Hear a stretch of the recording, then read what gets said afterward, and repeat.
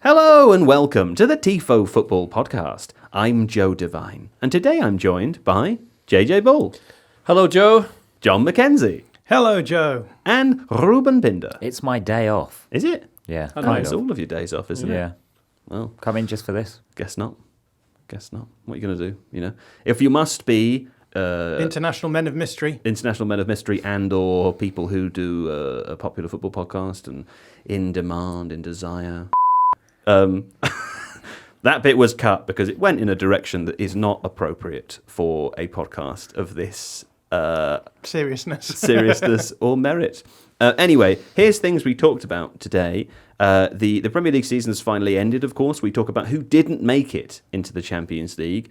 So notably, that is Aston Villa and Nottingham Forest. We talk a little bit about them. We mention how Newcastle sort of scraped through. We talk about Chelsea for a little bit and how their season actually ended rather positively. We talk about me as a portly little dweeb in secondary school. That comes up a few times. Oh, we play the separation game with a sickeningly young player as one of our destinations this week, which made it all the more fun. Sunderland got promoted after the Championship playoff final with a delightful last-minute goal scored by a sickeningly young person. So congratulations. Then we talk about that a little bit. I started laying into England's seaside towns for no apparent reason, Steve has written. There is an apparent reason, Steve, because they're but then you did profess your love for Scotland and its seaside towns. That's true. And yet you did not talk about the huge Scottish game that happened this weekend. What was that then? Aberdeen won the Scottish Cup. But we did talk about that at the live show, which happened over the weekend, by the way. So there will be some gaps for listeners. One, for example, is that we made our predictions for this week's Points Are Bad whilst at the live show. So you'll have to take our word for it and the word of the people that joined us in the audience that those predictions did happen. There we talked about Aberdeen's victory because it happened during sound check for the show. That's right. Which was very funny to watch you watching that on your phone as you were also testing your microphone. Yeah, that was good, yeah. If you've been thinking, listeners, that you're going to miss us over the summer, what happens when you highlight in the Google Doc, Steve, is that your name appears over the text that I'm trying to read. And I feel like I say that to you every week. And yet somehow it still happens with that green, that garish green that comes up, highlighting the thing you've literally just asked me to read. You've never said this to me before. Maybe once or twice I have. In my head I say it. You said it to us before a lot. Have I said it to you before? Yes. Yeah, but not to him specifically. Correct. In which case, Steve? No, still you're a bad guy. No, someone else has highlighted it. Definitely not This me. bit, I can't read it because it's gone. All I'm saying is if you were expecting us as a listener to not be here over the summer, then boy, were you wrong and stupid. What a stupid thing that you could have thought. We don't go anywhere. The economic model of this show exists only to serve once a week, and in some cases, in fact, in all cases from next season, twice a week as well. Don't worry, I haven't added you all to 2 episodes a week. You're very welcome to join in whenever you want. But from next season, from August, I think, we're doing the Tifo Football podcast twice a week. We will be here once per week through the summer. We referenced several times in today's episode things. Well, it's kind of like putting them off to talk about later. But we put several things off to talk about later, including Championship promoted teams. We're going to do some deeper dives on Villa and Chelsea and Newcastle over the summer as well. And including Manchester United, for whom we had a whole section planned today. And we never got to it because of other stuff.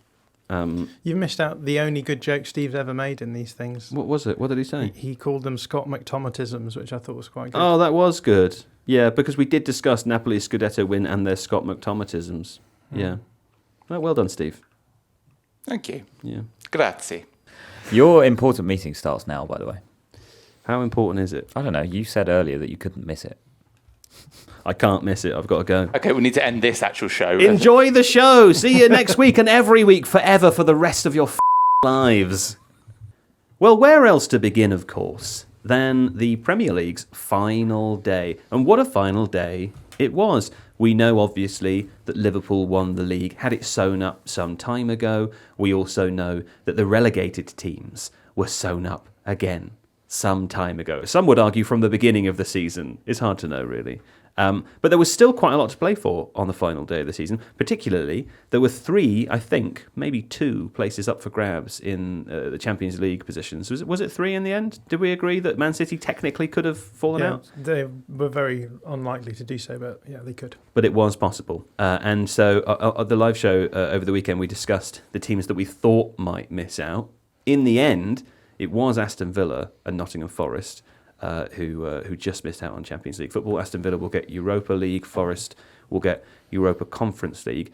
Newcastle, JJ, little lucky, weren't they? They were a little lucky because on the final day, they did lose their game 1-0 at home, to Everton. But they still managed to get Champions League football. That feels like one of the unlikelier outcomes looking at it ahead of the day starting. But they just scraped through, didn't they? Because they lost, yes. But I suppose technically over 38 games, still technically yes. Yeah. But it feels a scraping, but your point is it really a scraping? Yeah, because that's when you look back at all the teams. I mean, if I look back 10 years ago when I'm doing like research for things, I don't remember what happened or the context or any of the things about it. All I remember is that they finished there.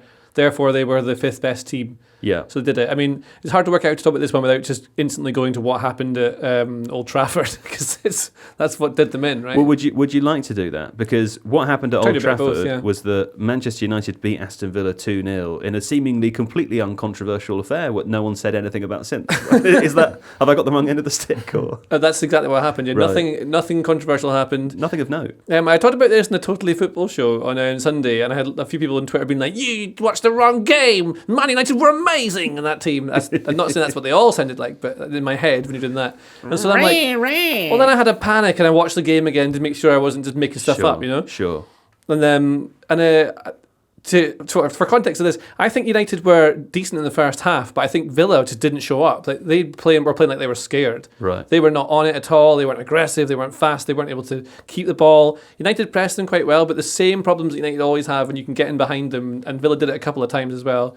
And yes, Man United missed a few chances. They could have scored 1 or 2 or 3 in that first half. Even then, I still don't think they were amazing. They have got better recently, even though they were awful against Spurs. Yeah. But anyway, we're going to come and talk about them and their future in the second part of the show. So I should not do that now. No, but that's fine. As it relates to Aston Villa and indeed, if you want to describe to fans who didn't watch the game what happened, that's absolutely fine. Oh yes, we should do that. So it's 0-0, and Emi Martinez has been sent off for a fantastic challenge. Yeah. 30 yards off his line. Sure. Trying to volley. Who was it? Hoyland out into the pitch. I think he was trying to kick a man to the moon. He was trying to kick him to the moon so he could be further away. And then at 10 men, United just can't break them down really, I think. And then sorry, there's no way of doing a zip quietly, is there really? I could have done it. And very to be clear, slowly it's over time. Joe's top zip. Well, I haven't got any zips on the bottom. You won't hear that when the trousers come down. I don't even know if you're wearing trousers. I can't see. When? I don't know if Steve's going to keep that bit in where I talked about taking my trousers off in a way that you wouldn't know about.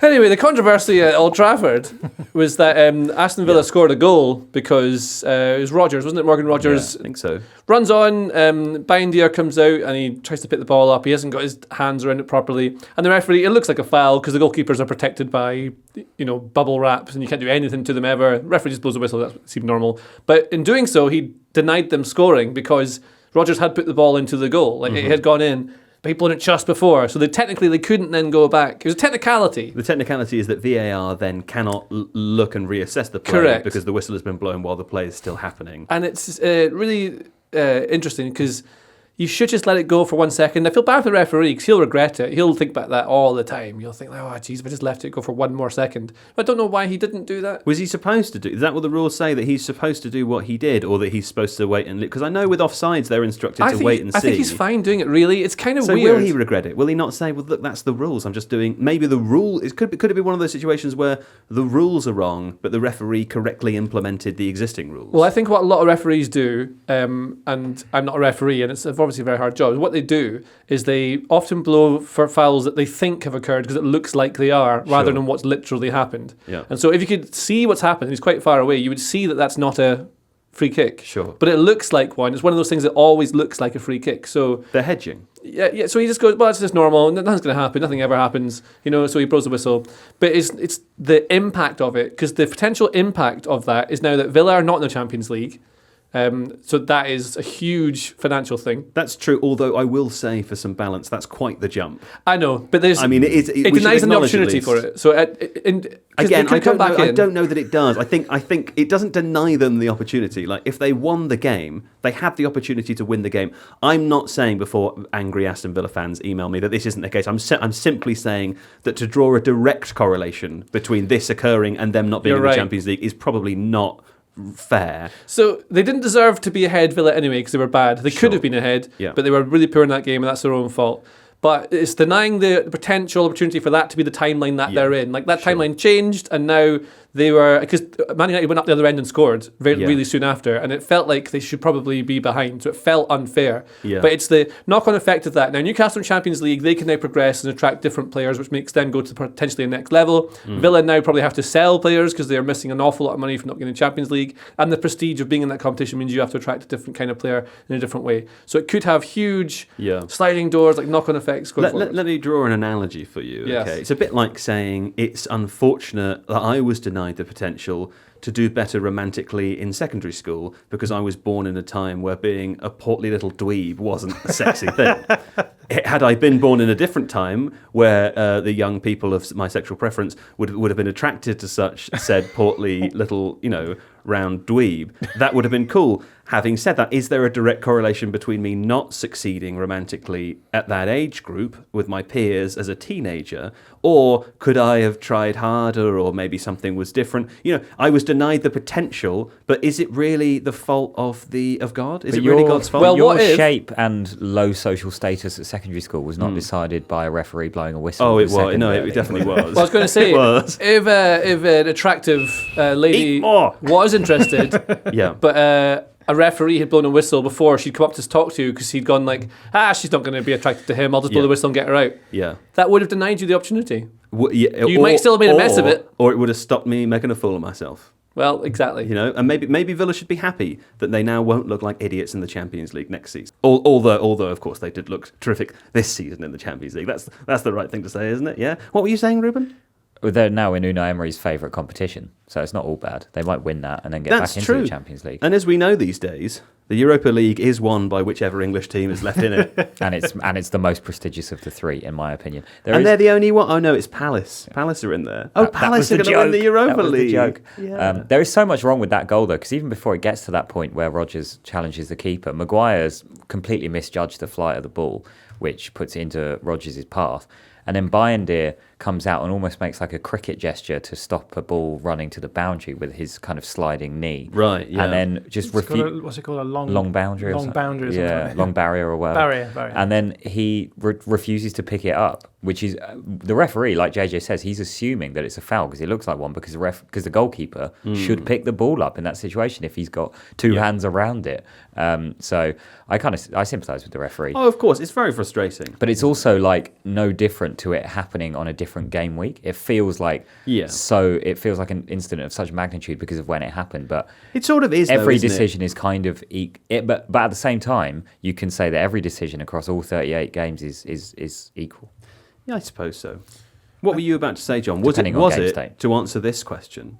You can tell me if it wasn't, but was it to answer the question, are Villa a little bit screwed though? Because they did spend quite a lot of money in January, and they clearly thought now's our opportunity to go for Champions League again, to get a second season in there. It hasn't worked out for them as it's panned out, but they clearly spent like they thought it might. That wasn't the question. I can answer that question. Say what you want to, but just remember that we're on a timeline today, and you've got to say it quickly. Okay. Mm-hmm. Well, I'll be staring at you the whole time. All I was going to say is that VAR has always been a video assistant referee. That's what it stands for. It is there to help the referee out. And the reason why they've structured it in that way is because the referee, in theory, still has the authority on the pitch. Yeah. So I think in that situation, if the referee thinks that a foul has occurred and blows his whistle it. I think that's totally fine. I think that if you don't do that, then the VAR stops being a VAR and just becomes a VR, right? Which is just a video referee. Yeah. That's the way that the Premier League have decided that the video assistant referee works. And they can't make a VR because then everyone will have to say VR, and that's already a thing. That's already a virtual thing. reality. Yeah, exactly. So I have some sympathy with the way that the referees behave there, because I think assistant referees and referees should still be able to make decisions on the field. That doesn't mean to say they aren't going to make wrong decisions. But again, if you and you know, we have this whole thing with like the assistant referee putting the flag up late, and then all of the discourse that's been around that. Again, that's done because the assistant referee has to make a decision. How likely is this to be a foul or not? If they're pretty convinced it is an offence, they can put their flag up. And I think all that the referee's doing there is exercising his right to say, I think that there was a foul committed here.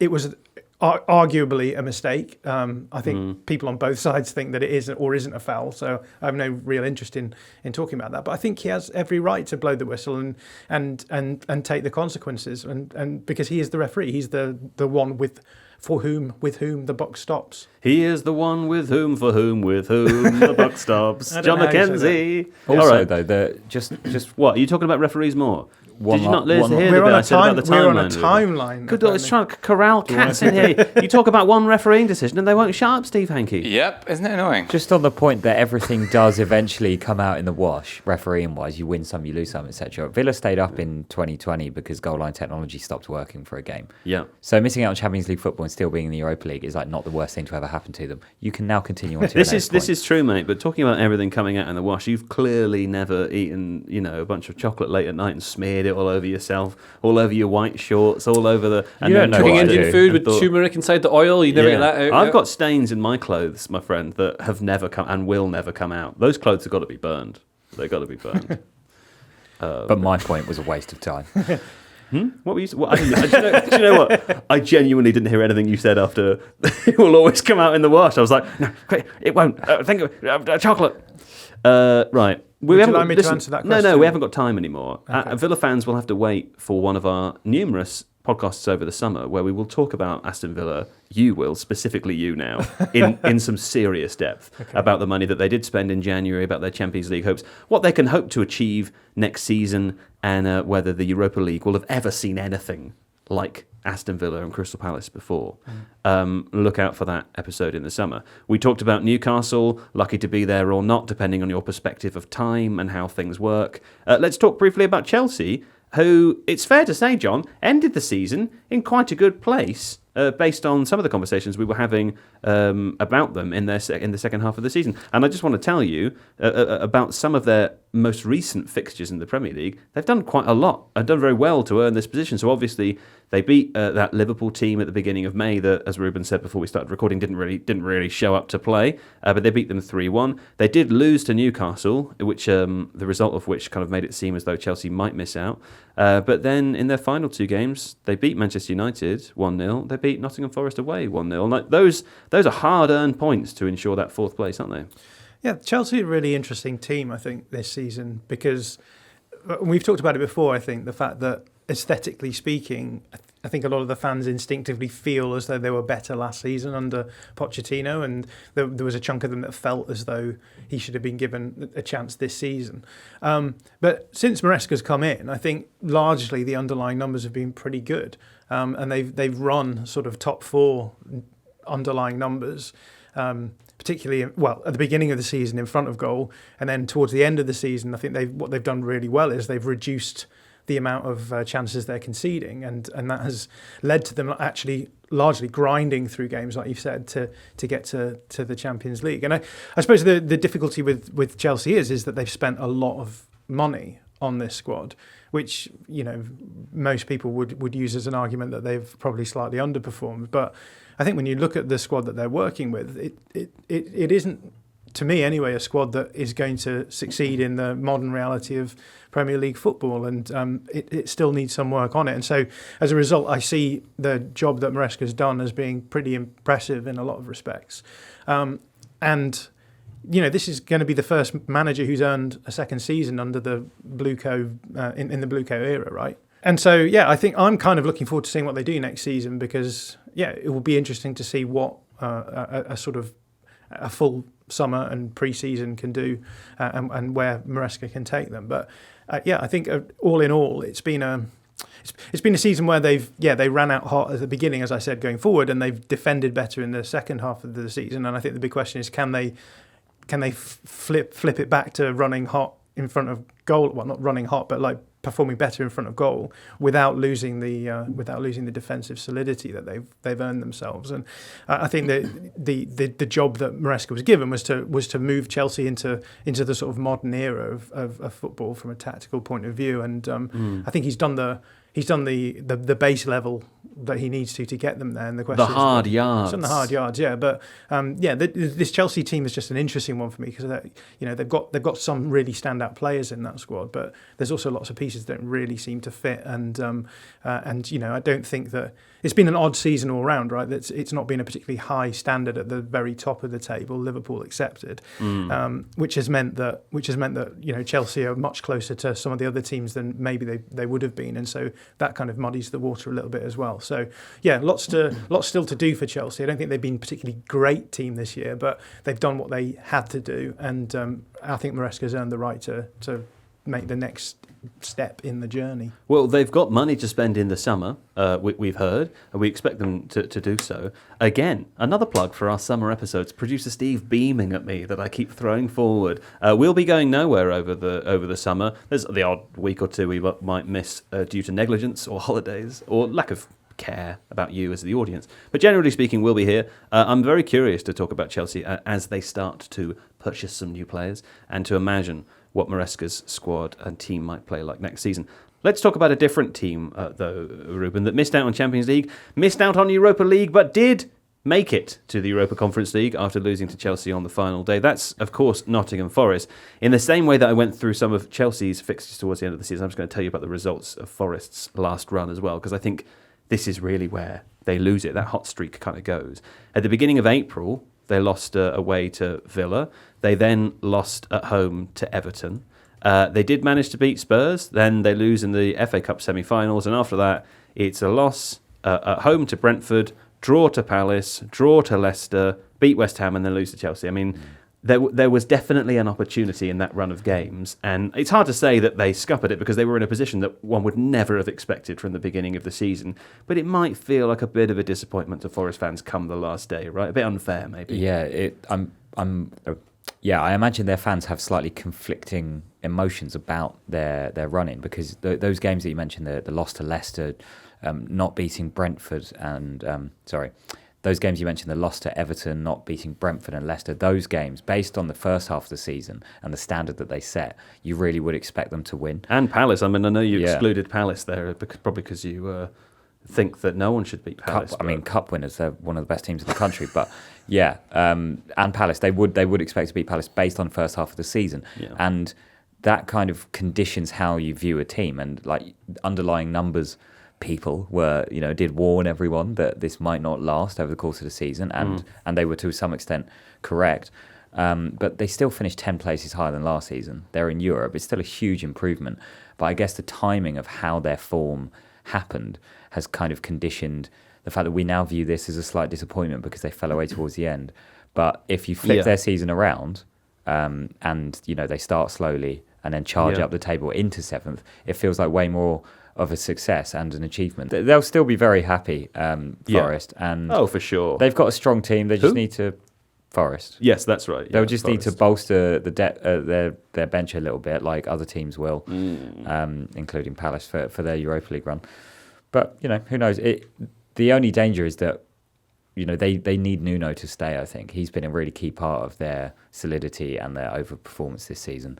And you never really know with Marinakis in charge when everything's going to blow up. So that's true, although they have the benefit of hiring a coach who's done very well at a similar team before and then been hired by a big team and it didn't work. So I feel like, yes, of course, combustible Marinakis, anything could happen, but it's less likely that a big team out there is going to look at Nuno and go, hey, let's try him out at one of the bigger clubs. It's sort of quite good to be in that position. Okay. Similar as the position...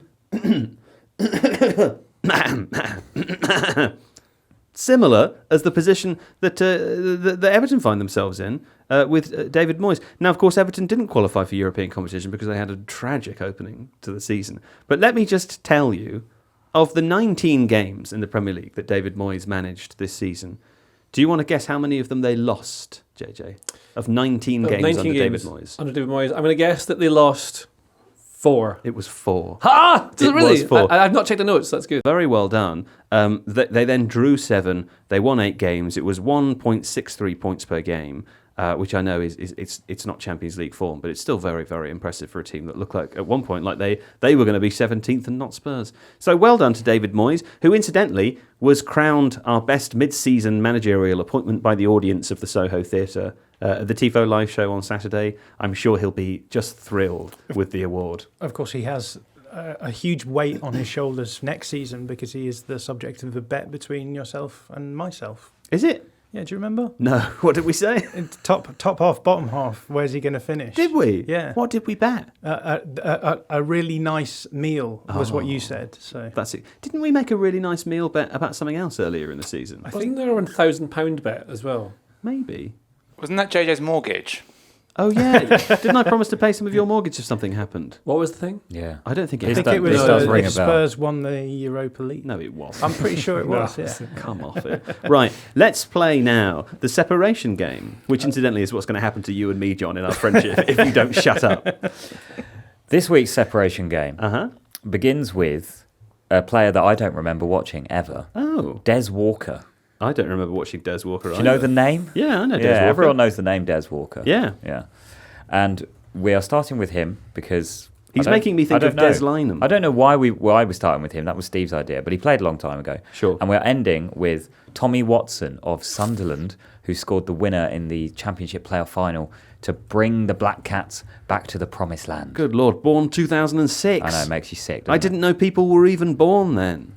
To me, nobody should be born after the year 2000. It looks weird. Okay, well, let's go to a break now, and when we get back, presumably, we might have an answer for you, I don't know. Right, we're back from a break. Ruben. So, who did you complete the separation game, Joe? Did you get a route? I claim to have a route in 3. In 3 between Des Walker and Tommy Watson. JJ, did you manage one?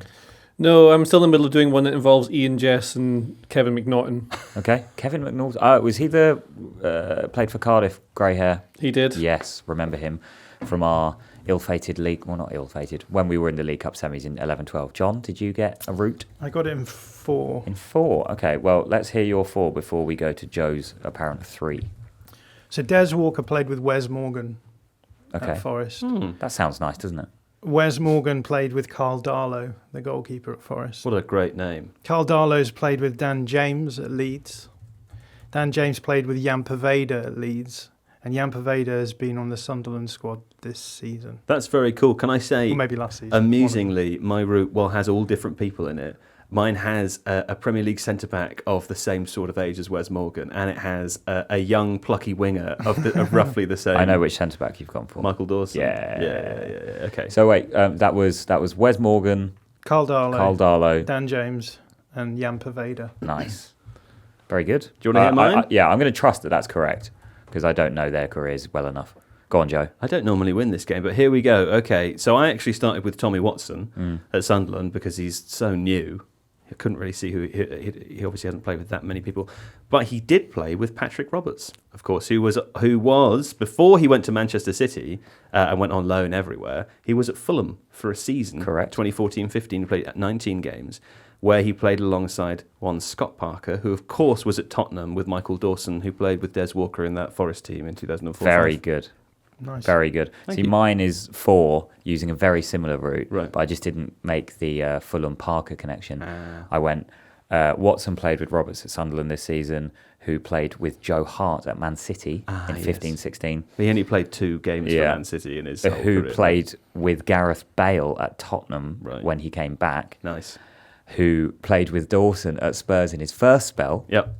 Who played with Walker in 04-05. There you go. That's a fun one. That was a fun one. They're always possible. They are always possible. Yeah, I think I'm getting the strategy down for how to do it now. I've realised that when you go onto Transfermarkt, when you look at the detailed squad, it's best if you're doing these big age ones to filter by age, because if you look at the people who are like the oldest in the squad, even if you don't always know the names, either someone pops up and you can do the mental maths, like Michael Dawson and Scott Parker pop up here, and I'm 99% confident they played on the same Spurs team in my head. There was like a 2-year crossover.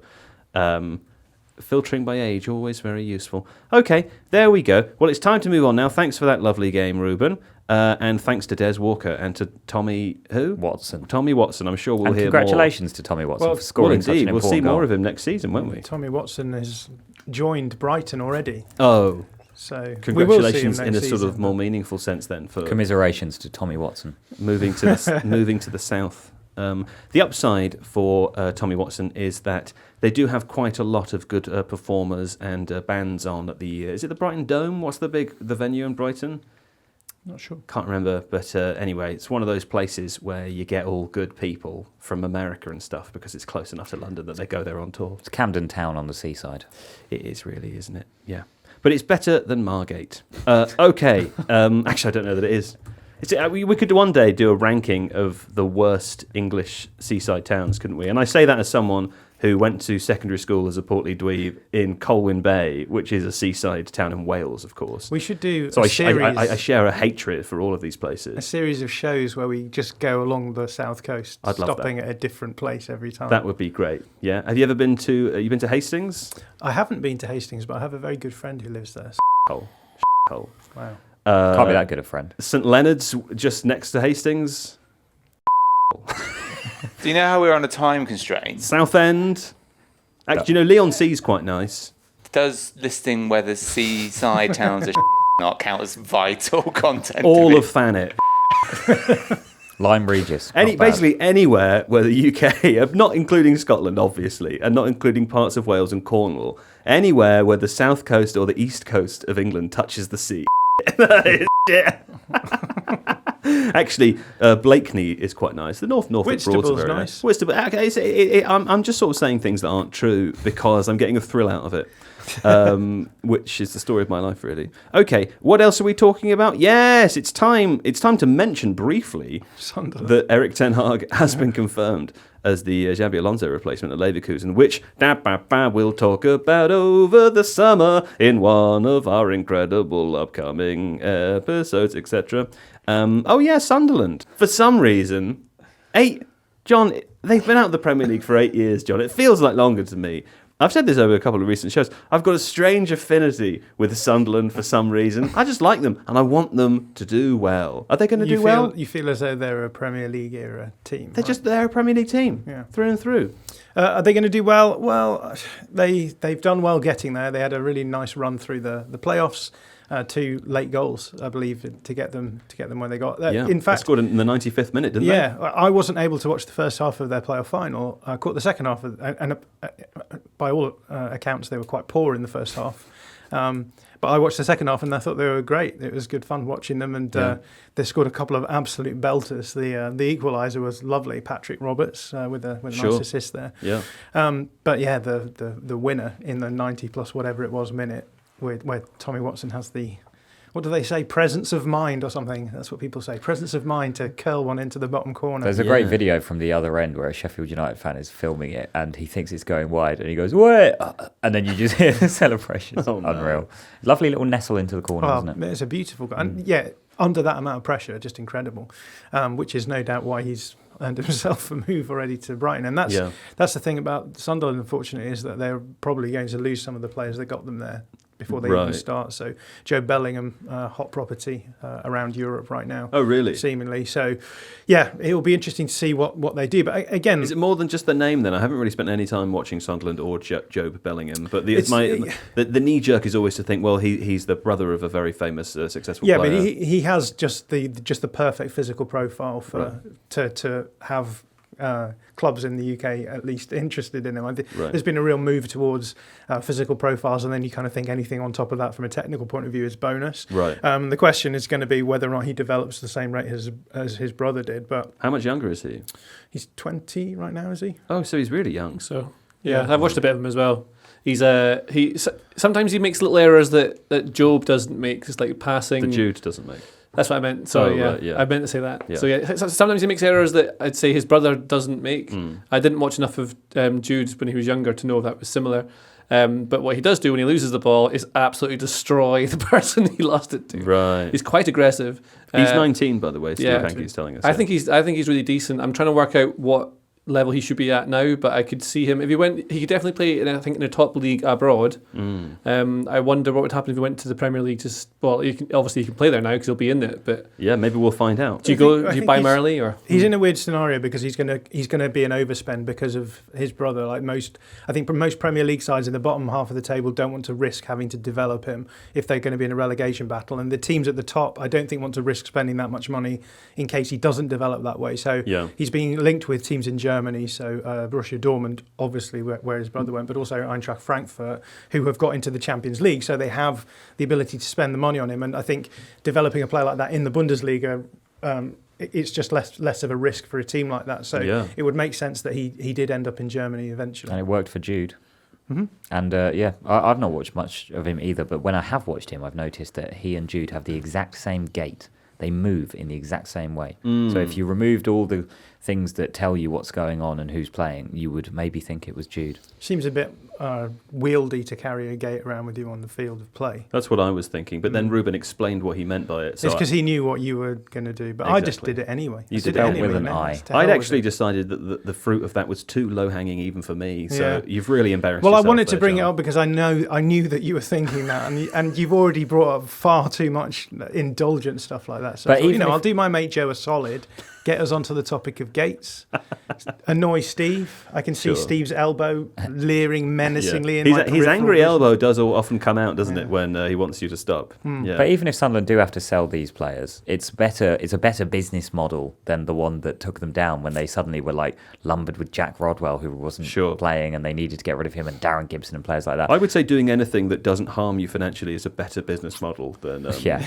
Do you want a fun fact about Sunderland's chairman? I'd love one. Kirill Louis Dreyfus. Do you remember that name? Louis Dreyfus, I do. Julia Louis Dreyfus. Yeah, who played Elaine in Seinfeld. Sure. Second cousin, twice removed, whatever that actually means. Really? Very rich family. We know what that means. Second cousin, of course, is... when your parents are cousins, not siblings. Yeah. And then twice removed is like the generations. Ah. So second cousin would be the grand... So it wasn't that their parents were cousins, it's that their great-grandparents were cousins. Okay, that makes sense. I'm pretty certain that's what it means. Well, surely everyone's related in that way. Huh? According to Forbes, Margarita Louis Dreyfus is worth $5.1 billion. Sorry, their name is Margarita. Yeah.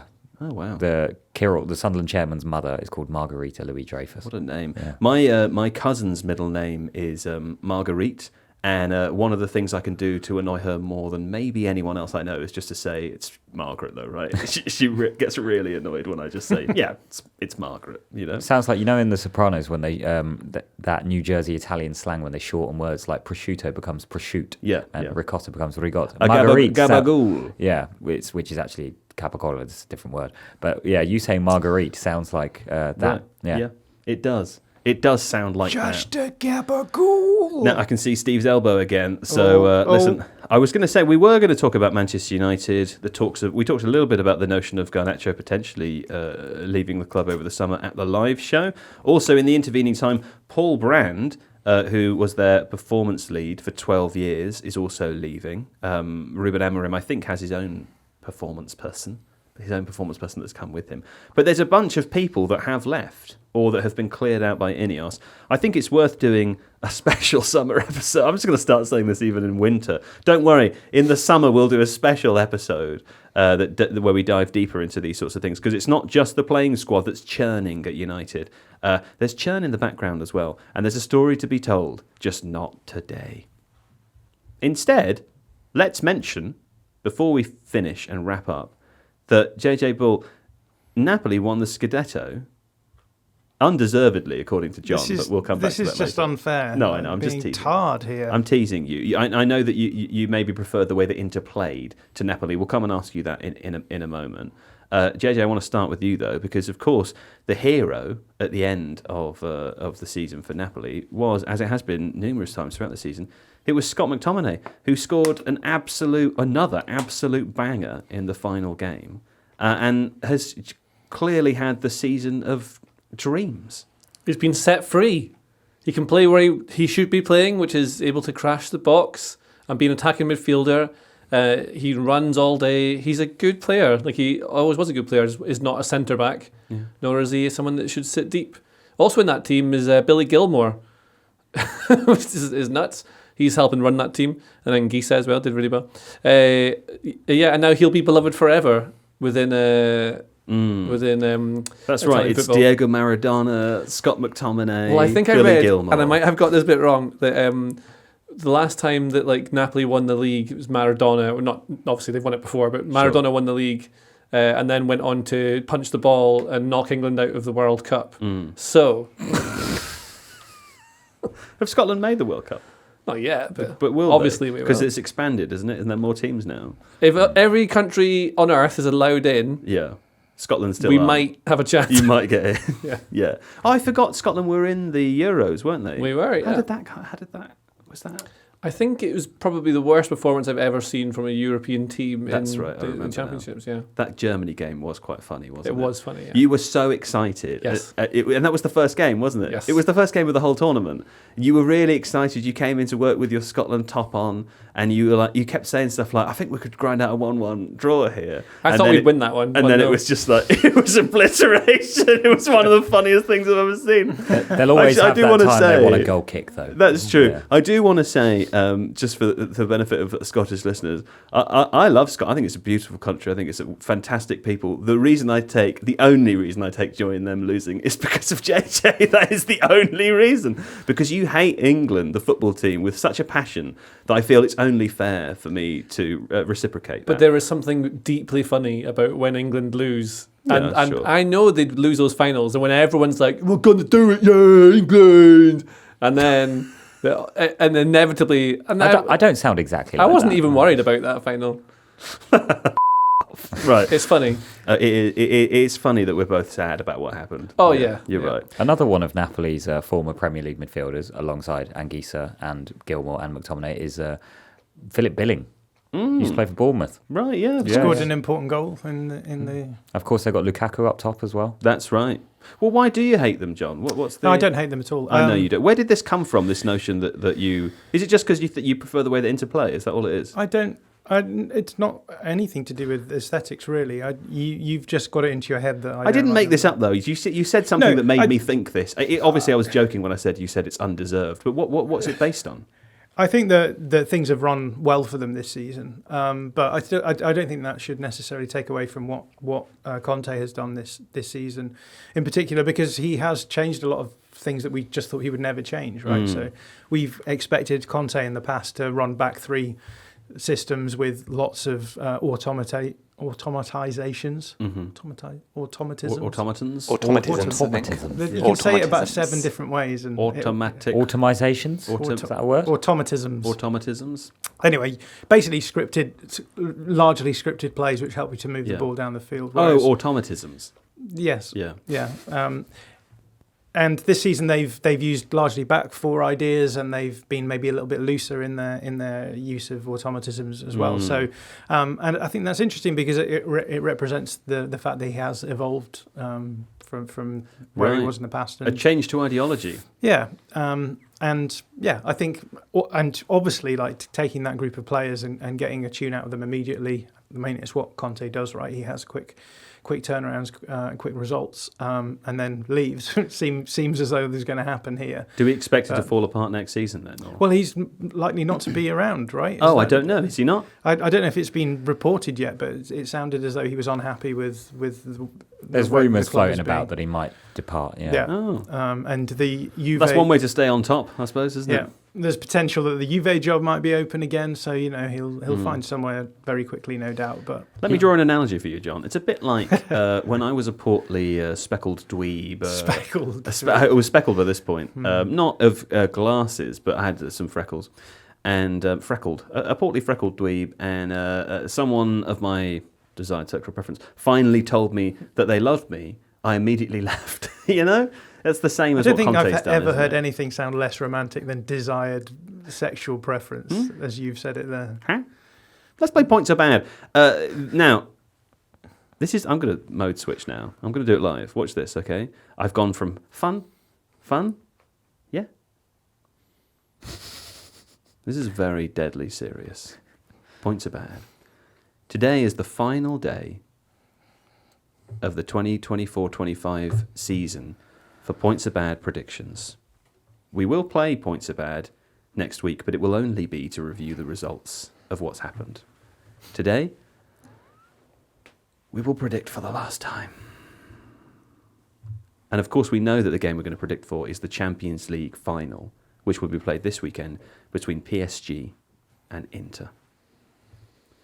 But before we do that, Steve, can you tell us what the current scores look like based on the games that we predicted at the live show on Saturday? Because listeners who weren't able to attend wouldn't have heard on Saturday night in front of an audience, and they stand as witness to us. We all made our predictions for 2 games from the final day of the season, didn't we? And what were they? Yes, we did, of course. So for those who weren't at the live show, which is the overwhelming majority of you, we picked Nottingham Forest versus Chelsea as one of our games, and the League One playoff final, Charlton Athletic versus Leyton Orient, as our other one. So JJ got 8 overall, because of course, and Ruben and Seb as a team, they sort of split it in the live show. It was a lovely moment, It was actually. nice, yeah. But it was terrible from a performance point of view, because you got 7 points. As you say, Joe, John at the top. So let's go with the current chaser, John McKenzie, first of all. Yeah. Nottingham Forest, Chelsea. John predicted 2-1 to Chelsea, which of course means he adds 2, Yeah. because Chelsea won 1-0. Look at my eyes, John. Look at my eyes as Steve's talking. Come on. Look at me.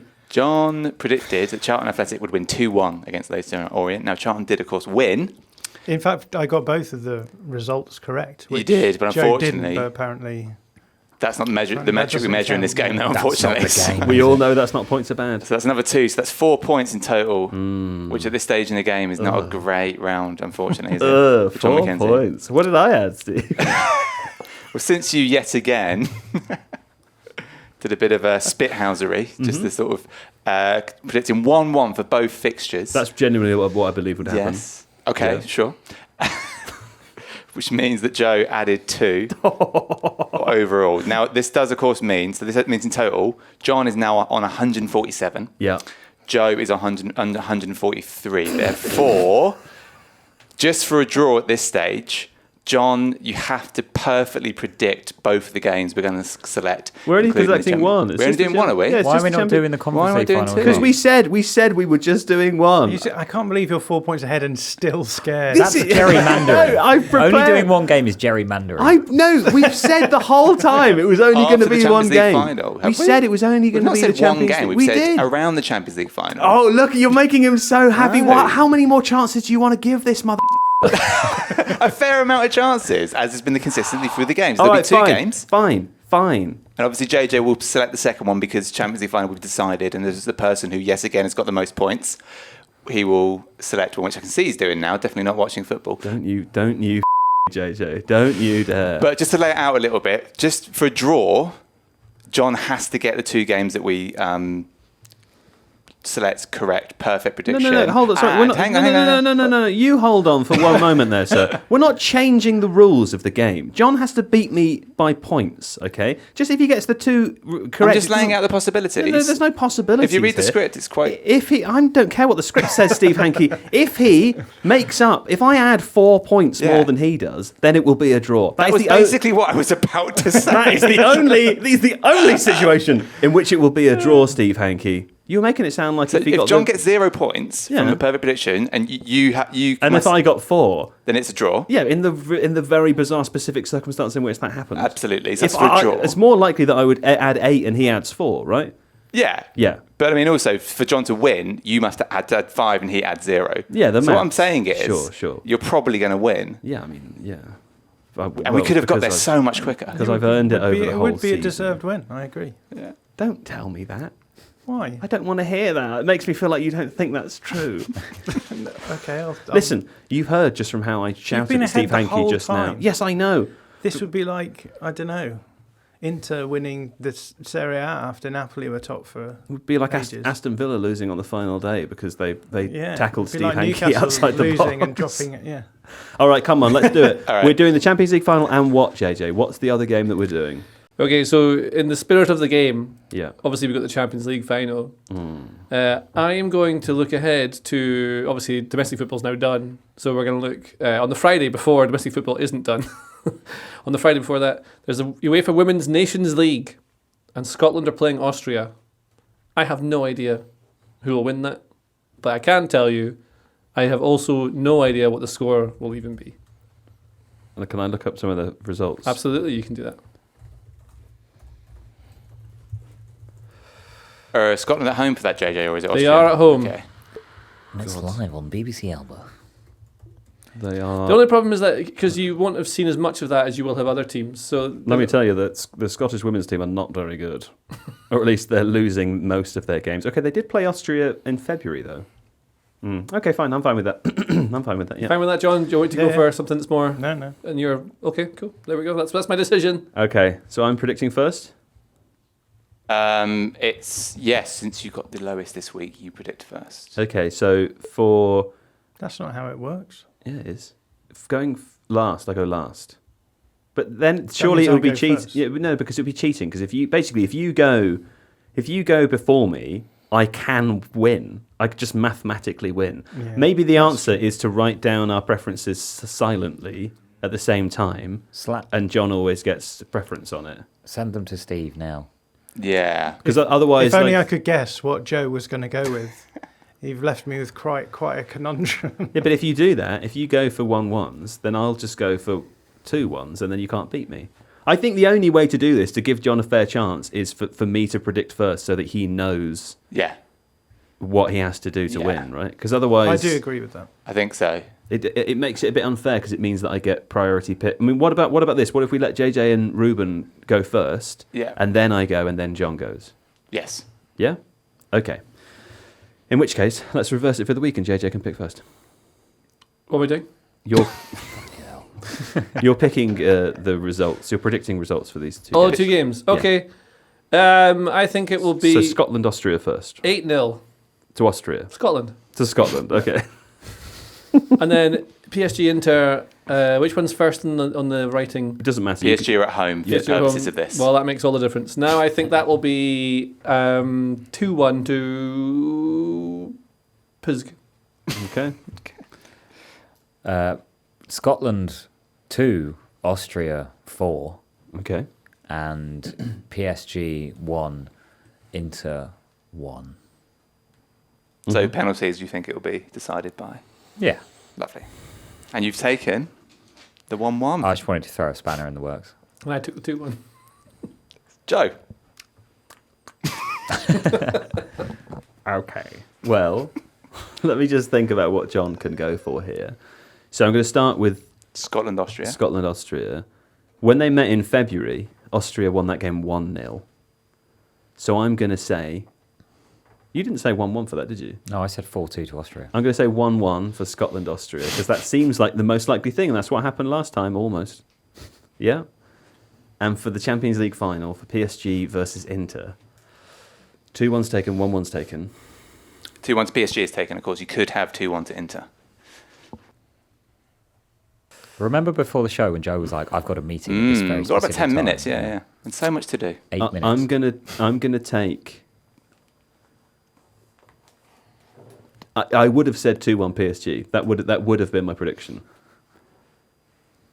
So instead, because of the maths, I'm going to say 2-1 Inter.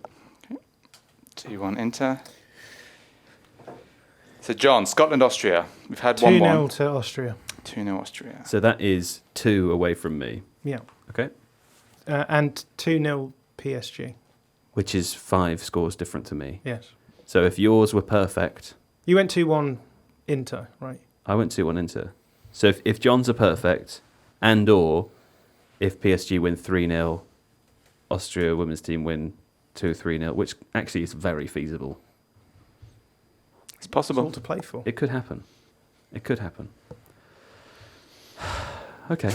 Well, Tune back in next week to find out, or watch the football, find out, and then tune back in to find out how happy or furious I am. Until then, ta-ta. Bye-bye-bye.